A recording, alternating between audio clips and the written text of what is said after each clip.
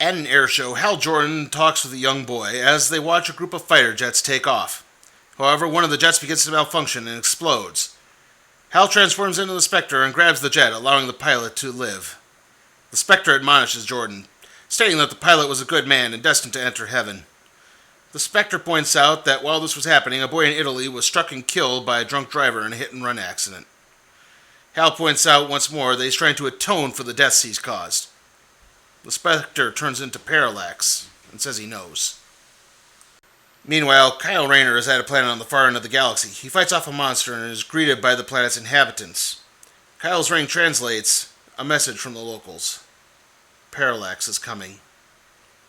Sometime later, two hikers in the American Southwest witness a spaceship crash. They come across Kyle Rayner as he's desperately trying to deactivate his ring and remove it from his finger. He's traveling with a green coffin.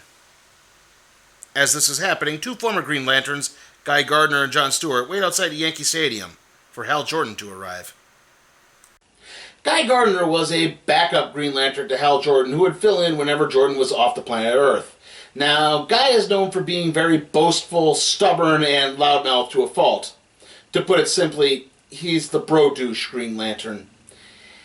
Anyways, there was a point where Guy gave up being a Green Lantern, and he would eventually discover that his DNA had been altered by an alien race known as the Vuldarians, and this allowed Guy to shapeshift into various powerful forms known as the Warrior. Anyways, there was another backup Green Lantern who filled in whenever Guy was incapacitated, which did happen on several occasions, and that was an architect named Jon Stewart. John was very unique, not only because he was the first African-American superhero for DC, but he also abstained from wearing the traditional domino mask of the Green Lanterns and just had his identity be known to the public. Now, I'm sure you're wondering why it is exactly that these two backup Green Lanterns didn't get the power ring from Ganthet. Instead, it went to Kyle Rayner. Well, Ganthet did go to Guy Gardner, but he turned Ganthet away pretty much right off the bat. And Jon Stewart was actually paralyzed at the time, though John would overcome his paralysis and would become a Green Lantern once again when Kyle restarted the Corps. Hal arrives and joins Guy and John and enters the stadium to take in a ball game. Not too long after sitting down, though, Hal is suddenly accosted by a group of people who keep confessing their sins to him, even Guy, who admits to cheating on his taxes. Hal is upset to the point that he just vanishes. Meanwhile, in Star City, Green Arrow finishes a training session with Mia Dearden when the two are interrupted by the sudden appearance of longtime Green Lantern foe, the Black Hand. Hand attempts to steal a ring and Green Lantern power battery from Green Arrow. Ollie pins Hand's hand to the wall with an arrow. It's then that Hal arrives. The spare ring and power battery first appeared in a Green Arrow storyline called Archer's Quest, where it was revealed that they were a gift from Hal to his best friend Oliver Queen. Hal begins turning into the Spectre and grabs the impaled hand. The hand burns away and immediately cauterizes the wound, causing Ollie to draw his bow. Hal turns to his old friend and says he's starting to lose control before he vanishes once again. Back in New York, Guy and John talk about what happened at the ballpark. When Guy suddenly collapses, he complains of a burning sensation as he begins to shapeshift out of control. This is immediately followed by an explosion. Meanwhile, Carol Ferris tours the abandoned remains of her old manufacturing business, Ferris Aircraft, which is located outside of what used to be Coast City. A rainstorm begins to roll in as she prepares to leave when suddenly the facility is restored to its former glory. Hal Jordan worked as a test pilot for Ferris Aircraft, the company that Carol inherited from her late father. And obviously, Hal and Carol had an on-again, off-again relationship, though at this point, Carol was married to a man named Jason Block. Now, I know there's another aspect to Carol Ferris that I'm not explaining here, but we're going to have to save that for a later time. Hal appears to Carol as it turns out the Ferris Aircraft wasn't the only thing restored. Coast City has also mysteriously reappeared. The Justice League tends to Guy Gardner. It's revealed that his body is rejecting the Vuldarian DNA. It's then that the Watchtower's computers pick up the sudden return of Coast City. Batman immediately suspects that Hal Jordan is behind this thing, and maybe he's returned to his own ways as Parallax. You have to remember, around this time was the point where Batman was growing increasingly paranoid over his other superheroes. This was not too long before the OMAC project, where, of course, it was revealed that Batman had a superhero monitoring satellite named Brother Eye. Also, Batman and Hal never really got along too much. Part of the reason is because, well, Hal was always kind of a devil-may-care, carefree, fearless individual, and, well, installation of fear is part of Batman's modus operandi. Before the League departs for Coast City, Green Arrow arrives on the satellite to talk with John Stewart. Ollie's brought the spare ring with him, and he talks with John about how to use it if needed. The League travels to Earth to talk with Hal as he reminisces with Carol. Batman accuses Jordan of being behind the resurrection of Coast City. Hal says that he only restored the Ferris aircraft, nothing more. It's then that John Stewart snaps. John flies up into the air and starts attacking the Justice League.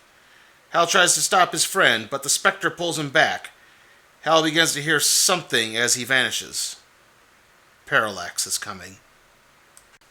Back on the Watchtower, Guy's body explodes in a massive amount of green energy. The Martian Manhunter detects that Guy's body is now repairing itself as Green Arrow's ring suddenly duplicates and flies onto Guy Gardner's hand. Guy Gardner is a Green Lantern once again. And yeah, I am aware that Guy Gardner is essentially flipping everyone off as he reacquires his Green Lantern power ring. Back with Kyle, he tries to explain as much as he can to the two hitchhikers. He says the impurity has his name. It's then that he's interrupted by the sudden appearance of the Green Lantern named Kilowog. Kilowog wants the coffin that Kyle has with him. It's Hal Jordan's. However, he is interrupted by the sudden appearance of the Guardian Ganthet, who stops Kilowog and says, the body of Hal Jordan is under Guardian's protection. Kilowog is usually depicted as kind of the drill sergeant to the rookie Green Lantern trainees, whom he refers to as poozers. And though he was killed by Hal Jordan, Ganthet actually took Kilowog's power ring and gave it to Kyle Rayner. Kilowog would eventually be resurrected when Kyle restored the Green Lantern Corps. Kilowog ignores Ganthet's order to stand down and blasts away at the Guardian with little effect. Kyle struggles to keep his ring in check as he desperately tries to contact help. He's able to detect that John and Guy are also under the same thrall of whatever's controlling Kilowog. Eventually, Kyle finds Green Arrow and promises to explain everything. Meanwhile, Hal Jordan finds himself back in the reconstructed Coast City. Hal makes his way back to his apartment, where he finds his old power battery. When he asks who is behind it, Parallax's reflection appears. Parallax then begins to struggle with Hal Jordan over control of his body. Hal asks the Spectre for help, but the Spectre says the only way to truly get rid of Parallax is for Hal to accept the truth about himself. The Spectre's words prove futile, though, and Parallax emerges once more. Back with Kyle and Oliver, Kyle explains what it is that's been happening. Kyle found out about Parallax's return from the beings on the planet he helped earlier. He went to Ganthet for more information. Ganthet explains that once in the past, the Guardians took on an entity that thrived on the installation of fear. The entity's name was Parallax. The Guardians managed to overwhelm Parallax and entrap him in the central power battery on Oa. This is where the Green Lantern's infamous weakness to the color yellow stems from. Parallax lay dormant for millions of years until one day it woke up. Parallax used what little power it had to go after the strongest lantern it could find, Hal Jordan. Parallax slowly infected Jordan with fear until the destruction of Coast City caused Jordan to become afraid enough for Parallax to assert complete control over him. Parallax's control grew stronger as Jordan killed more and more Green Lanterns and then entered the central power battery on Oa.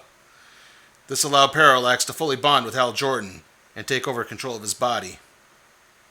Returning to the present, Oliver asks who woke Parallax up and directed the entity towards Hal. It's then that Oliver and Kyle are bombarded by an array of yellow arrows. Sinestro knows who woke up Parallax. Sinestro is a former Green Lantern who at one point was so respected that he was allowed to personally train Hal Jordan.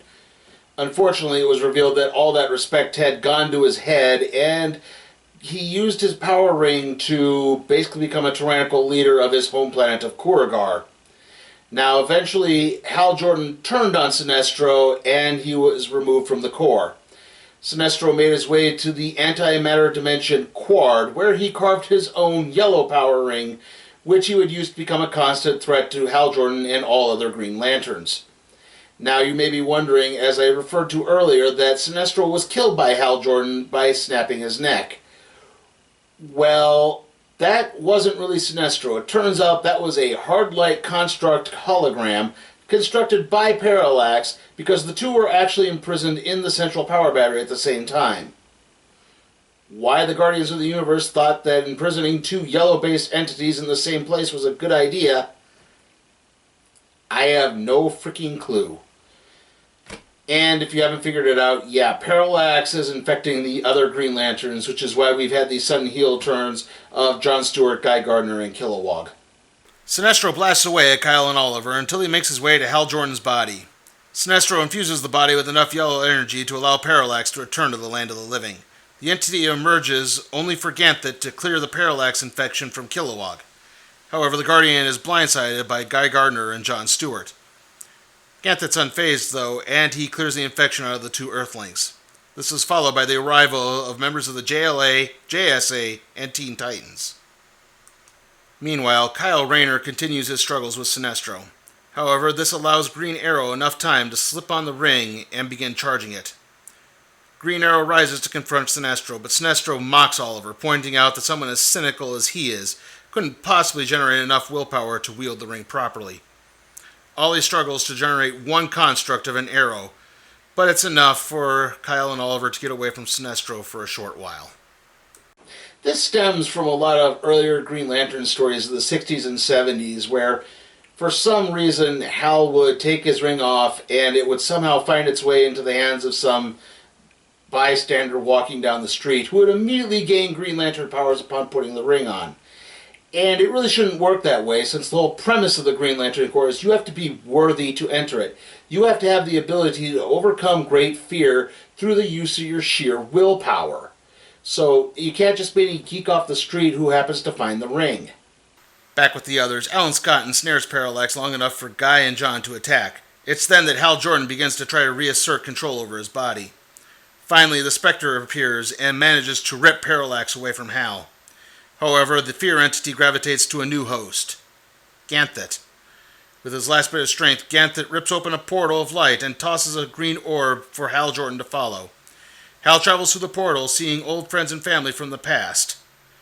As he gets closer to the green orb, it begins to turn into a power ring. Back with Kyle Rayner and Green Arrow, Sinestro manages to track the two down. Just as the villain prepares to deliver the killing blow, something causes the ring to fly off of Ollie's finger and into Hal's coffin. Suddenly, in a blast, Hal Jordan emerges in full Green Lantern regalia and tells Sinestro to back off. Hal and Sinestro begin fighting. Their fight carries them through all edges of the solar system. Just as Hal begins to gain the upper hand, Sinestro smirks and welcomes Jordan back as he slowly teleports away. Hal returns to Earth and begins plotting with the other Green Lanterns on how to expel Parallax from Ganthet. However, they get interrupted by Batman, who wants to talk with Jordan. Hal responds by decking him. Okay, this moment here is referencing a moment from an issue of Justice League by Keith Giffen and J.M. DeMatteis, where Guy Gardner rather boastfully goaded Batman into a fight, only for the Dark Knight to drop him in one punch. So obviously the same thing happening to Batman at the end of Hal Jordan is something of a karmic enjoyment for Guy. The Lanterns fly off after Parallax and begin to formulate a plan. Hal concludes that the five can use their rings as a special transmitter to drive Parallax back to the central power battery on Oa. The Lanterns implement their plan, and Parallax doesn't go down easily, but slowly and surely the entity is siphoned away. Hal swoops in and delivers the final blow as Parallax is driven out of Ganthet and back into the central power battery on Oa. Afterwards, Batman confronts Jordan. Batman points out that Hal's recent actions have changed nothing. Hal will always be dogged by what he did as Parallax. Hal says he doesn't care. Later, Hal visits with Carol Ferris. She offers him a job at a new Ferris aircraft facility, but he turns her down. The Corps is still being rebooted, and he's still needed. And so ends Green Lantern Rebirth. How was it? It's really, really good. Jeff Johns managed to bring back Hal Jordan in a way that didn't demean Kyle Rayner, that didn't remove him from the picture. And you know what? He didn't fully redeem Hal either. Hal's actions as Parallax would dog him for years to come throughout the Green Lantern series that followed this. And the artwork from Ethan Van Sciver is really strong. The fact is, Sinestro, a character who just always looked kind of wormy and annoying, is made to be menacing here. That being said, I do have a couple of problems with it. There are a lot of plot cul-de-sacs in this. The Carol Ferris thing just kind of feels a little tacked on. She really doesn't add anything to the story. Likewise, the Black Hand appearance, another longtime Green Lantern foe, doesn't really add anything to the story. And there's another one of longtime Lantern foes named Hector Hammond who pops up a few times in this. And I get in that case that Johns is trying to build towards something in the ongoing series that followed this, but that stuff should have been saved for an epilogue, not in the middle of the story like Johns does it. That being said, those are really kind of minor quibbles. Really, I'm going to give Green Lantern Rebirth an A. And with that, let's see what we'll be doing next time on the Random Trade Review.